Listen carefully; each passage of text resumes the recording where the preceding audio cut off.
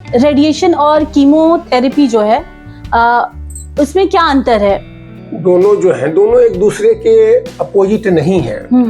ये दोनों एक ही सिक्के के दो पहलू हैं। जी। शुरुआती दौर में कैंसर को लोकल डिजीज के रूप में ट्रीट किया जाता था कि जैसे कोई बुरा हो गया, अवशेष हो गया, वहाँ चीट दिया, वहाँ एंटीबायोटिक काम खत्म हो गया, ठीक है ना। उसी तरह से कैंसर हो गया तो भाई स्तन कैंसर है तो काट के हटा दो, बच्चेदानी कैंसर हटा दो, ओरिन कैंसर हटा दो, है नहीं।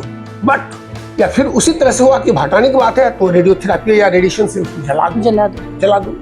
लेकिन in spite of the best of the surgery, in the best of the centers of the world, the recurrence rate was quite high. 30% recurrence होता था।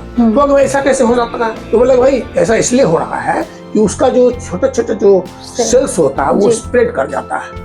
तो उसके लिए कीमोथेरेपी की जरूरत पड़ती है। तो कीमोथेरेपी की जरूरत पड़ती है।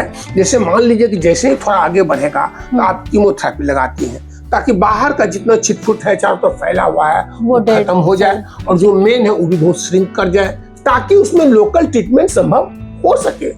यदि मान लीजिए कि हमने यहाँ इलाज कर दिया ब्रेस्ट कैंसर का और वो लंग में फैला हुआ है, ब्रेन में फैला हुआ है, तो हम तो रेडियोथेरेपी तो लोकल ट्रीटमेंट करते हैं ना, थोड़े से एरिया, नहीं एरिया का ये हो गया। और ये जो कीमोथेरेपी है वो ब्लड के थ्रू बॉडी के हर पार्ट में जाता है, इसलिए दोनों एक दूसरे के सपोर्टिव हैं।